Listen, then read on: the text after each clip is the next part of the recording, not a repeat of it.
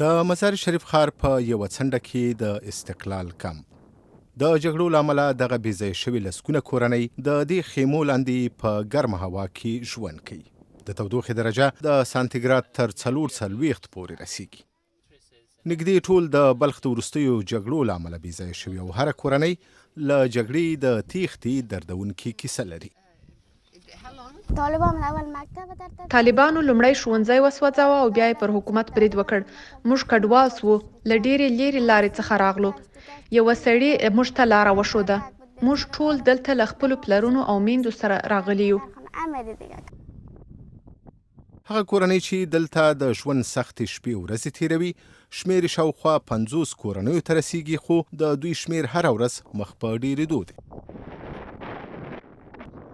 دلته ژوند ډېر ستونزمن دی او د بېځایه شوو په وینا چې دوی آن کافي اوبه او خواړه نه لري. نه اوبه، نه ډوډۍ او نه هم پوره خواړه. دلته هر څوک له مرګ سره مخ دی. دوی ټول ناروغان دي خو دوی یو هم درمل نه لري.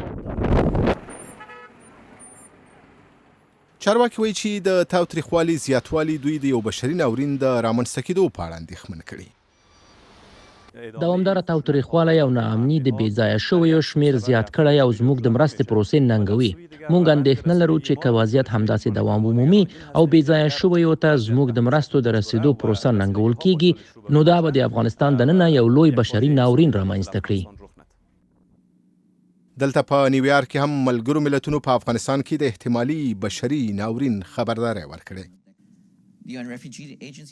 د ملګرو ملتونو د کډوالو عالی کمشنرۍ نن په افغانستان کې د یو بشري ناورین د رامنځته کېدو په اړه خبرداری ورکړ. د جګړې زیاتېدو د خلکو لپاره ستونزې جوړې کړي او د بېځایه شوو کسانو شمېر یې ډېر کړی.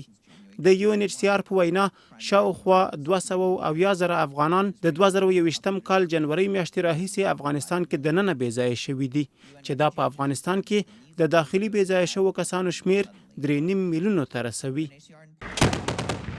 له افغانستان څخه د ناټو او امریکایي ځواکونو د وتلو له پیل وروسته د تاوتریخوالي زیاتوالی د کورنیو بېځایه شوو کسانو په شمېر کې د چټک زیاتوالي اصلي لامل ګڼل کیږي.